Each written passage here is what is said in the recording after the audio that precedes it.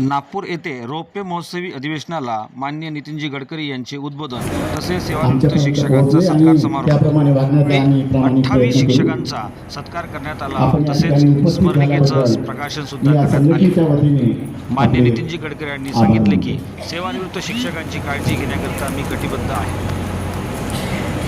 या रौप्य महोत्सवाला 2000 अधिक शिक्षक सहभागी झाले होते। ज्या ब्लॉककडे जो रोटेशन जातं तोच ब्लॉक सर्व आर्थिक खर्च करतो आणि अशा प्रकारे आमचे सर्व पेन्शनर आम्ही या ठिकाणी आहोत। आणि एक सर दुसरी गोष्ट, आम्ही 60 ते 95 90 पर्यंत 100 पर्यंत आमचे लोक आहेत आणि 25 वर्ष झाले तरी आम्हाला बसायला जागा नाही आहे। आमच्या जिल्हा परिषदेमध्ये तर दिणारच नाही आम्हाला, पण एखाद्या झाडाखाली आम्ही बसतो।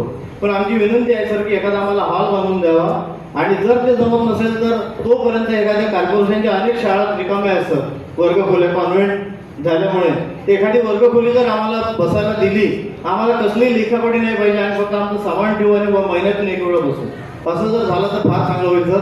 मला खूप बोलायचं आहे पण आपला वेळ विचार घेऊन मी याकडे थांबतो। धन्यवाद सर, एवढे आमच्या मागण्या होते सर। सन्माननीय नितीनजी गडकरी साहेब यांना विनंती आहे की त्यांनी आपलं मार्गदर्शन करावं।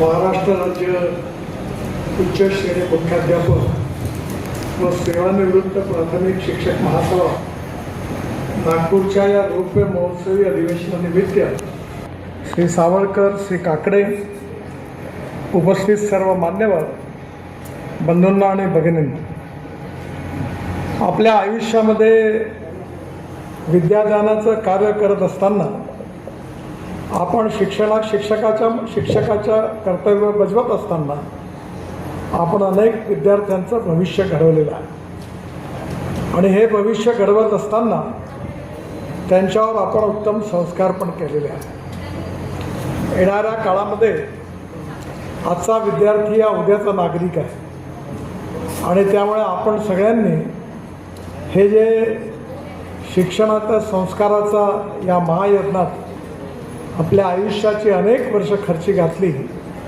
हे राष्ट्र निर्माणाकरता आणि समाज निर्मितीकरता खूप मोठं योगदान आहे।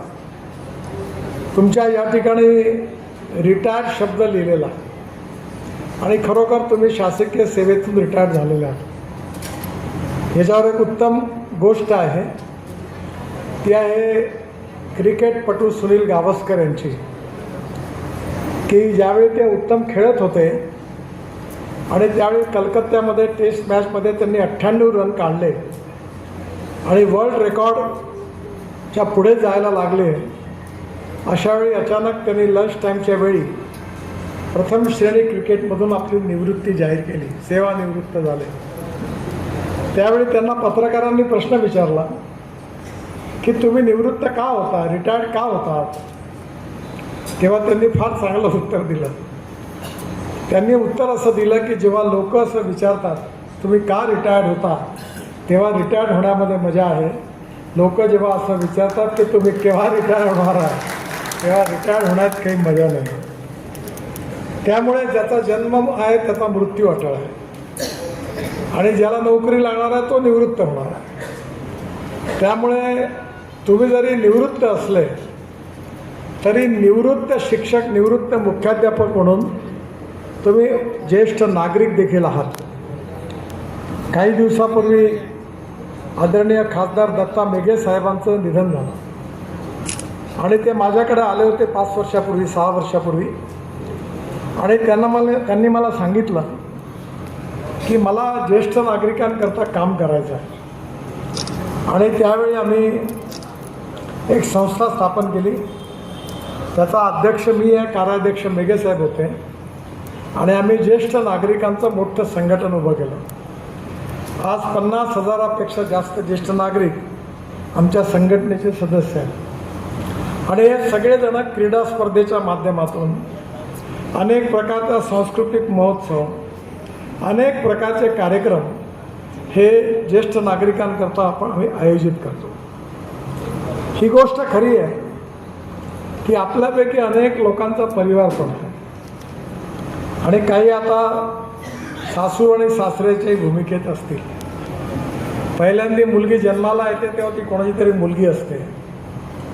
मग ती मोठी झाल्यानंतर ती लग्न होतं तेव्हा ती कोणाची तरी सून होते. आणि मग जिला मुलंबाळं होतात ती कोणाची तरी माता होते. आणि मुलाबाळांचं जेव्हा लग्न होतं ती कोणाची तरी सासू होते. आणि म्हणून मुलाबाळांना जेव्हा मुलंबाळं होतात तेव्हा ती आजी होते, पणजी होते. पण एक गोष्ट आहे की एकाच आयुष्यात माणसाचा रोल बदलत असतो, पण आपण बदलायला तयार नसतो. आपल्याकडे घरामध्ये किराण्याच्या अलमारीला कुलूप असतं आणि ते कुलूप सासूच्या हस्तात किल्ले असते.